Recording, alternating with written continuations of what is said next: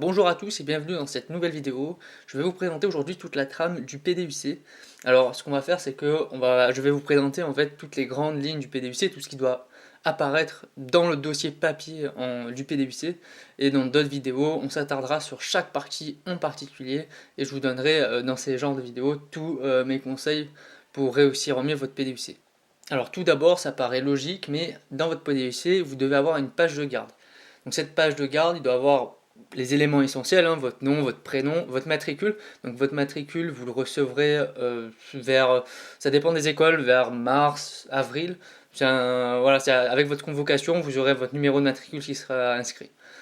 Alors ensuite, donc il vous faudra bien mettre le nom du diplôme, hein, les BTS MUC, parce que bon, ça reste quand même un BTS assez général, donc vous n'êtes pas en BTS NRC ou autre. Et bien sûr préciser que c'est l'épreuve du PDUC, parce que pareil pour la CRC, vous devrez faire une page de garde.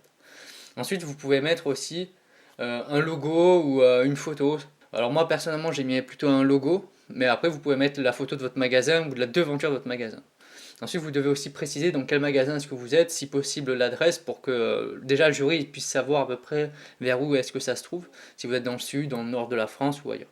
Et enfin, vous devez mettre aussi la session. Donc moi, c'était session 2018, donc j'ai fait mon BTS sur 2016-2018. Donc vous, en fonction de la vidéo que vous regardez, donc vous devez mettre l'année où vous passez justement le BTS. Donc la première partie de votre PDUC, ça va être un diagnostic. Exactement, ça va s'appeler le diagnostic partiel de l'unité commerciale. Donc ça, c'est le nom tel qu'il doit apparaître dans votre grande partie sur votre dossier. Et donc dans cette partie, ça va être toute la première partie de qu'est-ce que mon magasin, qu'est-ce qui se passe, etc.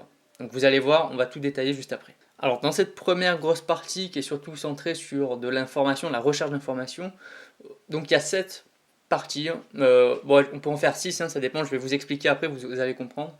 Donc la première partie, ça va être la présentation du réseau. Donc souvent vous êtes, par exemple, dans un Super U, dans un Carrefour, dans un Auchan, dans un Leroy Merlin ou dans un magasin de vêtements par exemple, et souvent vous appartenez à un réseau entier, donc vous êtes tout un ensemble de magasins. Donc la première partie elle va justement concerner ce réseau, la description de ce réseau. Ensuite en deuxième partie on va s'attarder sur votre unité commerciale, donc on verra plus tard en détail, mais vous allez grosso modo présenter votre magasin, combien il y a de salariés, la surface de vente, où est-ce qu'il se situe, la zone de chalandise, tout ce que vous y faites à l'intérieur. Ensuite, vous aurez en troisième partie votre diagnostic interne. Donc vous allez devoir mettre quelles sont les forces et les faiblesses de votre magasin. Ensuite, vous aurez le diagnostic externe. Donc là, on verra plus en détail dans d'autres vidéos comment est-ce qu'on fait, mais vous avez Porter, les 5 forces concurrentielles de Porter, Pestel, en gros, quelles sont les opportunités et menaces de tout votre environnement, donc autour de votre magasin ou même au niveau national ou international. Enfin, vous aurez aussi le SWOT, donc le SWOT qui va faire en fait un récapitulatif de votre diagnostic interne et externe. Donc là, on est en cinquième partie et justement, grâce à ce SWOT, on va pouvoir dégager une problématique derrière.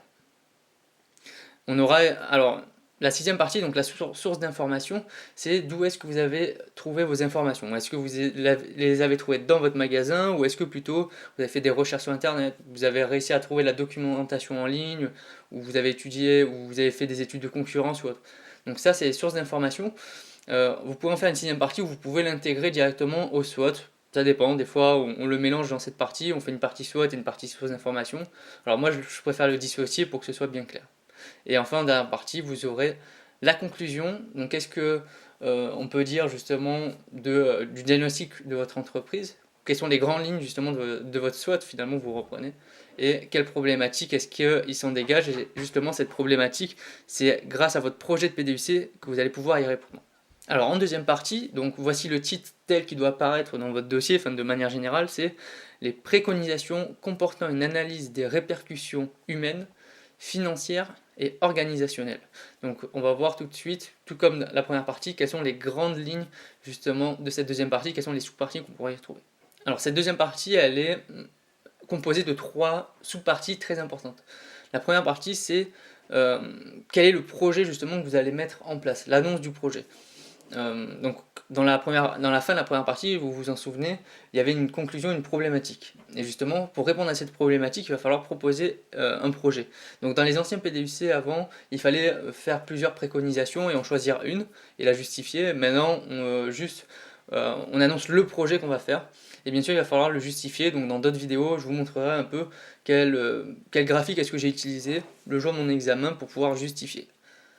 Ensuite, une fois que vous avez annoncé votre projet et que vous l'avez justifié, pourquoi est-ce que vous le faites, il va falloir décrire un peu votre projet. Donc ce qu'on appelle le cahier des charges. Donc quels sont les objectifs par exemple, quelles sont les étapes, votre méthodologie que vous allez mettre en place justement pour réaliser votre projet. Et puis on verra en détail dans notre vidéo. Et enfin, troisième partie qui est très très importante, c'est quelles sont les répercussions de votre projet. Donc justement, les répercussions, quel va être l'impact de votre projet sur votre magasin ou sur les concurrents par exemple. Alors plus précisément, sur les répercussions, on peut les diviser en 3 sous-familles. Alors vous allez avoir d'abord les répercussions humaines sur votre personnel par exemple, si vous changez une équipe, si vous recrutez quelqu'un. Ça peut être aussi organisationnel, justement, l'organisation du magasin. Moi par exemple j'ai fait une réimplantation, donc j'ai modifié l'organisation du rayon par exemple. Ou ça peut être financière évidemment. L'objectif c'est quand même de faire augmenter le chiffre d'affaires de votre magasin, donc il va avoir des répercussions financières, mais aussi il peut avoir tous les coûts qui vont être liés à votre projet. Et enfin, troisième et dernière partie de votre PDUC, alors qui s'intitule Première réflexion sur la mise en œuvre de la préconisation. Donc là on va étudier justement tous les outils à mettre en place pour que votre projet l'aboutisse. Alors dans cette dernière partie, vous avez la possibilité, en fait, c'est ça l'avantage du PDUC, de réaliser ou non votre projet. Alors des fois c'est parce qu'il y a certaines contraintes justement, contraintes budgétaires, vous n'avez pas forcément de budget pour faire votre projet, donc ça restera au stade de projet, d'étude, mais ce qu'il faut se dire c'est que toute la partie, en fait, même si on réalise pas, ça n'a pas servi à rien, on va dire. On va dire, ce qu'il va falloir mettre en avant au jury, c'est que voilà, le projet il est étudié, il est mis en place, il y a toute la méthodologie, il n'y a plus qu'à l'appliquer. Donc vous n'êtes pas obligé de faire votre projet finalement. Donc par contre, il va falloir bien sûr justifier pourquoi est-ce que vous le faites, pourquoi est-ce que vous le faites pas. Ensuite, dans la dernière partie, et cette partie est très très importante puisqu'on va devoir créer tous les outils qui vont nous permettre de mettre en place notre projet, de faire tout ce qui est la planification des tâches. Donc vous avez donc l'organigramme des tâches, un peu quelles sont les tâches principales. On verra dans une autre vidéo le RACI, hein, c'est quelles sont les personnes qui vont participer à notre projet et dans quelle mesure. Bon, après vous aurez tout ce qui est Gantt et PERT avec le tableau d'antériorité des tâches, donc ça normalement vous l'avez étudié ou vous allez l'étudier. Et toute la partie très importante de la gestion des risques, puisque dans chaque projet il y a certains risques qui peuvent arriver, et justement il faut pouvoir les mesurer et mettre en place des choses pour pas qu'ils arrivent. Et enfin, surtout, une partie importante, c'est le tableau de bord. Alors que vous fassiez ou non votre projet, vous devrez faire un tableau de bord, mais ce tableau de bord, la particularité, c'est qu'il peut être vide. Il faut juste créer finalement les colonnes. Et en fait, il faut créer l'outil qui va vous servir à mesurer les résultats de votre projet. Et enfin, la dernière partie qui peut être mise, alors moi c'était mon cas dans la troisième partie, hein, une sous-partie qu'on peut mettre conclusion, où on peut créer une quatrième partie conclusion. Vous faites un peu comme vous voulez. Et donc dans cette partie, vous allez devoir mettre quel est le bilan du projet, où est-ce que vous en êtes. Est-ce que c'est fini, est-ce que c'est en cours, à quelle étape est-ce que vous êtes. Vous pouvez faire aussi un bilan de vos compétences, qu'est-ce que ça vous a apporté ce projet.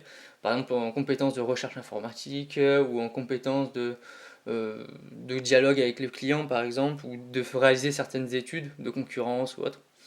Vous pouvez également apporter quelques suggestions. Qu'est-ce que vous avez trouvé bien dans ce PDUC, qu'est-ce que vous n'avez pas trouvé, qu'est-ce que vous avez trouvé saoulant en fait, qu'est-ce que vous n'avez pas aimé. Ça vous pouvez très bien le mettre, c'est une partie conclusion qui est assez libre et assez générale, mais principalement attardez-vous surtout sur votre bilan de compétences, qu'est-ce que vous avez réussi à développer et où est-ce qu'il en est votre projet, s'il a été réalisé ou non et pourquoi bien sûr. Donc je vous ai donné toute la trame du PDUC, le PDUC écrit, hein, le dossier en lui-même. Donc vous pouvez suivre bien sûr cette trame. Bien sûr dans d'autres vidéos on s'attardera sur chaque sous-partie. En tout cas vous pouvez également aller sur notre site, vous avez tous les liens dans la description et nous on vous propose en fait nos propres PDUC. Donc là au moins vous avez toute la trame, mais ensuite vous avez tout le contenu dans la trame. Donc ensuite pour ceux qui veulent aller encore plus loin, on a également créé un guide pour réaliser votre PDC de A à Z, qui reprend chaque partie de cette trame et qui vous dit exactement qu'est-ce qu'il faut faire, comment est-ce qu'on fait, qu'est-ce qu'on a fait.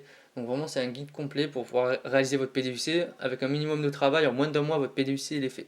Donc je vous invite également à vous abonner à la chaîne et on se retrouve très bientôt pour une nouvelle vidéo. Allez, à bientôt.